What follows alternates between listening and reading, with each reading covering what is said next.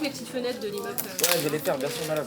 L'art, c'est une façon de leur faire comprendre cette histoire et après de s'en saisir et de s'approprier.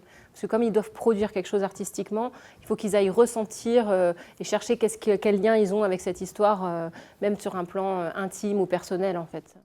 Vous allez repasser avec un crayon de papier d'une autre couleur.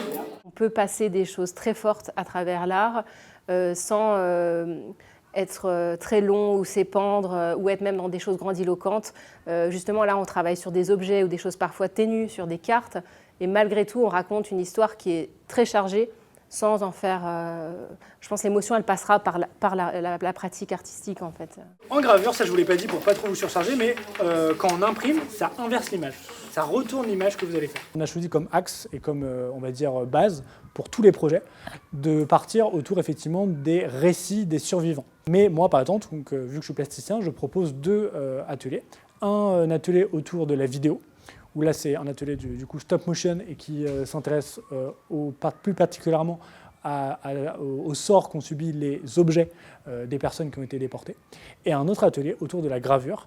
On a été très étonnés par vos lectures il y a 15 jours. On a trouvé que vous lisiez très bien et que vous aviez des très belles voix. Là, on travaille sur le récit de Marceline Ledrian-Evans, qui a écrit « Et tu n'es pas revenu ». Et j'ai choisi ce texte de Marceline Ledrian parce qu'elle a été déportée de la gare de Bobigny en 1944 dans le convoi 71, donc le même convoi que Simone Veil. Ils les ont déshabillés, les ont envoyés aux chambres à gaz, les enfants, les bébés et les vieillards en premier. J'ai choisi en fait un texte où Marceline parle à son père.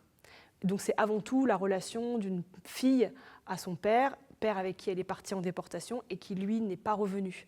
Elle était une personne joyeuse avant la Shoah, et même après, elle a essayé de l'être, sauf que c'était difficile, parce qu'elle n'avait pas son père. Quand on commence à lire les mots d'une personne et vraiment à comprendre dans la vie de cette personne qu'est-ce que ça a fait, la perte, qu'est-ce que ça fait de voir des enfants aller au four crématoire, bon, bah là, effectivement, c'est un humain qui parle. Donc je pense que l'humain, le témoignage humain, ça touche ces jeunes, en fait. Ça les émeut.